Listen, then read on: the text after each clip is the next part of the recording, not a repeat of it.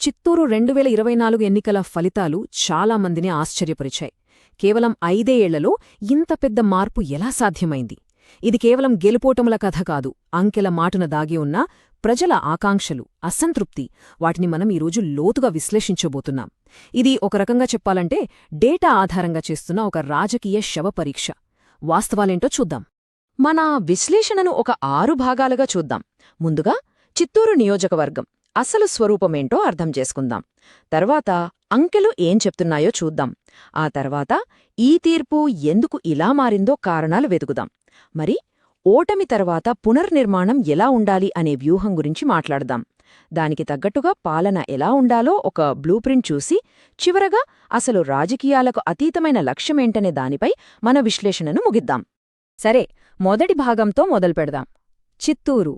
ఈ నేల స్వభావం, ఇక్కడి ప్రజల మనస్సు ఎలా ఉంటుంది? చూడండి, ఏ రాజకీయ విశ్లేషణకైనా పునాది ఇదే. అక్కడి ప్రజలని, వాళ్ల జీవన విధానాన్ని అర్థం చేసుకోకుండా మనం ముందుకు వెళ్లలేం. ఇక్కడి నుంచే మన పరిశీలన మొదలవుతుంది. ఈ పటంలో మీరు చూస్తున్నట్టుగా ఆంధ్రప్రదేశ్కి దక్షిణాన రాయలసీమ ప్రాంతంలో ఉంది చిత్తూరు. ఈ నియోజకవర్గానికి ఒక ప్రత్యేకతుంది. అటు తమిళనాడు, ఇటు కర్ణాటక, ఈ 2 రాష్ట్రాల సరిహద్దులకు చాలా దగ్గరగా ఉంటుంది. దానివల్లేమవుతుందంటే ఆ 2 సంస్కృతుల ప్రభావం కూడా ఇక్కడి ప్రజల జీవనశైలిపై, వారి రాజకీయ ఆలోచనా విధానంపై స్పష్టంగా కనిపిస్తూ ఉంటుంది. మనం చిత్తూరు డెమోగ్రఫీని ఒకసారి చూస్తే ఇదొక మిక్స్డ్ నియోజకవర్గం. అంటే పట్టణ, గ్రామీణ ప్రాంతాలు 2 ఉన్నాయి. 2019 లెక్కల ప్రకారం మొత్తం ఓటర్లు 1,93,000 మంది. ఇందులో దాదాపు 39% వరకు షెడ్యూల్డ్ కులాల జనాభా ఉంది. కానీ ఇక్కడ మనం ముఖ్యంగా గమనించాల్సిన విషయమేంటంటే అక్షరాస్యత సుమారు 83%. ఇది చాలా ఎక్కువ. దీనర్థమేంటంటే ఇక్కడి ఓటర్లు కేవలం సంక్షేమ పథకాలు చూసి ఓటు వేసేవాళ్లు కాదు, పనితీరును కూడా గమనిస్తారు, ప్రశ్నిస్తారు, విశ్లేషించి తమ నిర్ణయం తీసుకుంటారు. ఇక ఆర్థిక వ్యవస్థ విషయానికొస్తే మనందరికీ తెలిసిందే, మామిడి, పాల ఉత్పత్తులు, పౌల్ట్రీ, వీటిపైనే ఇక్కడి ప్రజలు ఎక్కువగా ఆధారపడి జీవిస్తున్నారు. సరే, ఇప్పుడు అసలు విషయానికొద్దాం. 2వ భాగం, తీర్పు. అంటే అంకెలు మనకు ఏం చెప్తున్నాయి? 2019 ఫలితాలు, 2024 ఫలితాలు పక్కపక్కన పెట్టి చూస్తే ఈ మార్పు ఎంత తీవ్రంగా ఉందో మనకే అర్థమవుతుంది.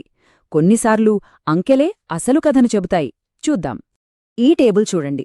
ఇది 2 ఎన్నికల కథని ఒక్కచోట చూపిస్తుంది. 2019 వైఎస్సార్సీపీకి దాదాపు 40,000 ఓట్ల భారీ మెజారిటీ వచ్చింది. అంటే మొత్తం పోలైన ఓట్లలో 60% వాళ్లకే పడ్డాయి. అప్పుడు టీడీపీకి వచ్చింది కేవలం 33%. కాని కట్టు 2024 సీన్ పూర్తిగా రివర్స్ అయింది. టీడీపీ 14,600 ఓట్ల మెజారిటీతో గెలిచింది. వాళ్ల ఓట్ల శాతం ఏకంగా 33 నుంచి 52% పెరిగింది. అదే సమయంలో వైఎస్సార్సీపీ ఓట్ల శాతం 60 నుంచి 43% పడిపోయింది. ఇది మామూలు మార్పు కాదు, ఇది ఒక రాజకీయ భూకంపమని చెప్పాలి. ఆ మార్పును ఈ బార్ చార్ట్ ఇంకా స్పష్టంగా చూపిస్తుంది.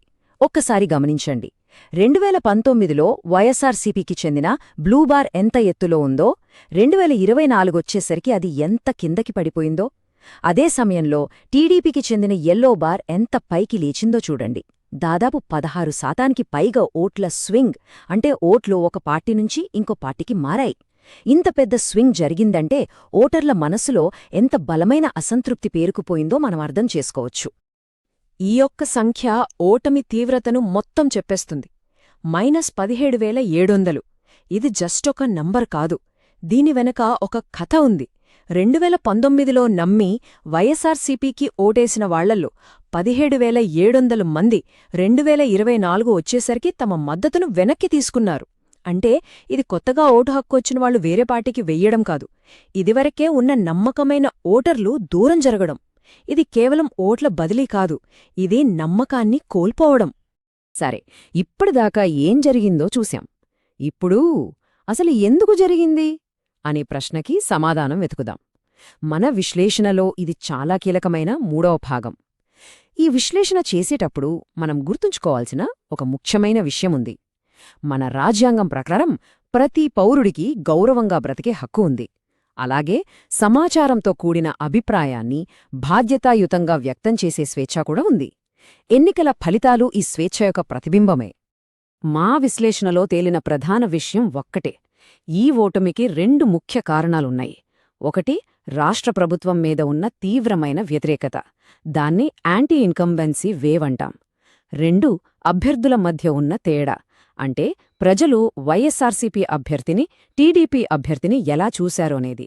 ఈ 2 అంశాలు కలిసి ఈ ఫలితాన్ని శాసించాయి. వైఎస్సార్సీపీ అభ్యర్థి పరిస్థితిని మనం ఒక స్వాట్ అనాలిసిస్ ద్వారా చూద్దాం. అంటే బలాలు, బలహీనతలేంటి అని. వాళ్ల బలమేంటంటే ఒక సాలిడ్ కోర్ ఓటు బ్యాంక్ ఉంది. ప్రభుత్వం అమలు చేసిన సంక్షేమ పథకాల గురించి చెప్పుకోడానికి ఉంది. కానీ బలహీనతలు చాలా పెద్దవి. ముఖ్యంగా వారసత్వ రాజకీయాలనే ముద్రపడటం, క్షేత్రస్థాయిలో ప్రజలకు అందుబాటులో ఉండకపోవటం ఇవి చాలా నష్టం చేశాయి. ఇదే సమయంలో టీడీపీ నుంచి వచ్చిన అభ్యర్థి ఒక కొత్త ముఖంగా, ఒక నమ్మకమైన ప్రత్యామ్నాయంగా ప్రజలకు కనిపించారు. ఇది అతిపెద్ద ముప్పుగా మారింది. బయట కారణాలు ఇలా ఉంటే పార్టీ లోపల కూడా చాలా సమస్యలున్నాయి. ప్రచారంలో చాలా లోపాలు కనిపించాయి. ముఖ్యంగా గ్రౌండ్ లెవెల్లో క్యాంపెయిన్ చాలా బలహీనంగా ఉంది. ఇంటింటికి వెళ్లి ప్రచారం చేయడంలో విఫలమయ్యారు. కార్యకర్తల్లో ఉత్సాహం లేదు. వాళ్లు కూడా డీమోటివేట్ అయ్యారు. దీనివల్ల స్థానికంగా ప్రజల్లో ఉన్న అసంతృప్తిని నాయకత్వం పసిగట్టలేకపోయింది. అందుకే మా విశ్లేషణలో క్యాడర్ సామర్థ్యానికి 5కి 2 మార్కులే పడ్డాయి. ఆలోచించండి, సైన్యం ఇంత నీరసంగా ఉంటే యుద్ధమెలా గెలుస్తారు? సరే, ఇప్పటిదాకా సమస్య ఏంటో నిర్ధారించాం. ఇప్పుడు పరిష్కారం వైపు చూద్దాం. 4వ భాగం, పునర్నిర్మాణ వ్యూహం. అంటే ఓటమి నుంచి పాఠాలు నేర్చుకుని మళ్లీ ప్రజల నమ్మకాన్ని గెలుచుకోవాలంటే ఏం చెయ్యాలి, దానికి సంబంధించిన ఒక ఫ్రేమ్వర్క్ని ఇప్పుడు చర్చిద్దాం. ఈ పునర్నిర్మాణంలో 2 రకాల నిర్ణయాలు తీసుకోవాలి. ఒకటి స్ట్రాటజిక్, 2 ఆపరేషనల్. స్ట్రాటజిక్ అంటే పెద్ద స్థాయిలో దీర్ఘకాలికంగా ఆలోచించి తీసుకునే నిర్ణయాలు. ఉదాహరణకి అభ్యర్థిని మార్చడం. దీనివల్ల వారసత్వ రాజకీయాలనే అపవాదు తొలగిపోతుంది. యువ నాయకత్వాన్ని ముందుకు తీసుకురావడం కూడా అలాంటిదే. ఇక ఆపరేషనల్ అంటే రోజువారీగా చేయాల్సిన పనులు. ఇంటింటి ప్రచారాన్ని పెంచడం, సోషల్ మీడియాలో యాక్టివ్గా ఉండడం లాంటివి. ఈ 2 పెద్ద మార్పులు, క్షేత్రస్థాయి పనులు 2 ఒకేసారి జరగాలి. మళ్లీ ప్రజల నమ్మకాన్ని పొందడానికి ఇక్కడొక 5 సూత్రాల ప్రణాళిక ఉంది. స్టెప్ 1, ప్రజల్లో మంచి పేరున్నా అందుబాటులో ఉండే ఒక కొత్త స్థానిక నాయకుణ్ణి ఎంచుకోవాలి. స్టెప్ 2, ప్రజల తక్షణ అవసరాలు తీర్చే చిన్న చిన్న ప్రాజెక్టులను వెంటనే మొదలుపెట్టాలి.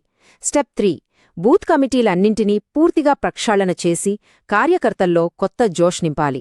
స్టెప్ 4, కేవలం ఎన్నికలప్పుడే కాదు, నిరంతరం ప్రజలతో మమేకమవ్వాలి, వాళ్లతో టచ్లో ఉండాలి. స్టెప్ 5, ప్రజల సమస్యలను వినడమే కాదు, వాటిని పరిష్కరించడానికి ఒక పటిష్టమైన వ్యవస్థను ఏర్పాటు చేయాలి.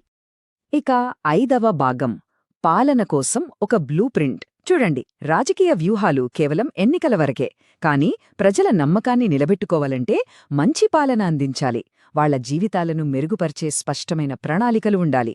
మరి చిత్తూరు ప్రజల అసంతృప్తిని తొలగించి వారి అవసరాలు తీర్చగల 3 కీలకమైన ప్రాజెక్టులు ఏంటో ఇప్పుడు చూద్దాం. ఈ 3 స్తంభాలు చిత్తూరు భవిష్యత్తును మార్చగలవు. మొదటిది హెల్త్ కేర్. చిత్తూరు ప్రజలు మంచి వైద్యం కోసం పక్కనే ఉన్న వేలూరుకో, తిరుపతికో వెళ్లాల్సొస్తోంది. ఆ అవసరం లేకుండా చిత్తూరులోనే ఒక సూపర్ స్పెషాలిటీ హాస్పిటల్ కట్టాలి. ఇది ప్రజల శ్రమను, డబ్బునూ ఆదా చేస్తుంది. రెండవది ఎడ్యుకేషన్. యువతకు మంచి భవిష్యత్తివ్వాలంటే ఇక్కడే ఒక ఇంజనీరింగ్ లేదా మెడికల్ కాలేజ్ లాంటి ఉన్నత విద్యాసంస్థనే ఏర్పాటు చేయాలి. మూడవది జీవనోపాధి. ఇక్కడి రైతుల కోసం, ముఖ్యంగా మామిడి, పౌల్ట్రీ రైతుల కోసం ఒక ఆగ్రో ప్రాసెసింగ్ హబ్ ఏర్పాటు చేయాలి. దీనివల్ల రైతులకు గిట్టుబాటు ధర వస్తుంది, స్థానికులకు ఉద్యోగాలు దొరుకుతాయి. ఇప్పుడు మనం చివరి భాగానికి వచ్చాం. విజన్ అంటే రాజకీయాలకు అతీతమైన ఒక లక్ష్యం. చూడండి, ఎన్నికల్లో గెలుపోటములనేవి వస్తూపోతూ ఉంటాయి. కానీ వాటి నుంచి సరైన పాఠాలు నేర్చుకోవడమే నిజమైన నాయకత్వానికి నిదర్శనం. ఈ పునర్నిర్మాణ ప్రయాణంలో ప్రజల వ్యక్తిగత సమాచారం పట్ల కూడా ఎంతో గౌరవం చూపాలి. భారతదేశపు డేటా ప్రొటెక్షన్ చట్టాల ప్రకారం ప్రజల అనుమతి లేకుండా వారి సమాచారాన్ని ఉపయోగించడం తగదు. నమ్మకమనేది కేవలం వాగ్దానాలతో రాదు, మన చర్యలలో పారదర్శకత, బాధ్యత ఉన్నప్పుడే వస్తుంది. రాష్ట్రంలోని ఇతర నియోజకవర్గాల అనుభవాలు మనకు ఒక చాలా ముఖ్యమైన విషయాన్ని నేర్పిస్తున్నాయి. అదేంటంటే హ్యూమన్ టచ్ని మళ్లీ తీసుకురావడం. అంటే బటన్ నొక్కితే డబ్బులు అకౌంట్లోకి పంపడం మాత్రమే కాదు, ప్రజలతో నేరుగా కలవడం, వాళ్లతో మాట్లాడటం, అది ముఖ్యం. సంక్షేమ పథకాలు అవసరమే, కాని ప్రజల కష్టసుఖాల్లో పాలుపంచుకోవడం, వాళ్ల కళ్లల్లోకి చూసి భరోసా ఇవ్వడం అంతకంటే ముఖ్యం. నాయకుడంటే ప్రజల మధ్య ఉండేవాడు, కేవలం ఆఫీసుల్లో తెరల వెనుక ఉండేవాడు కాదు.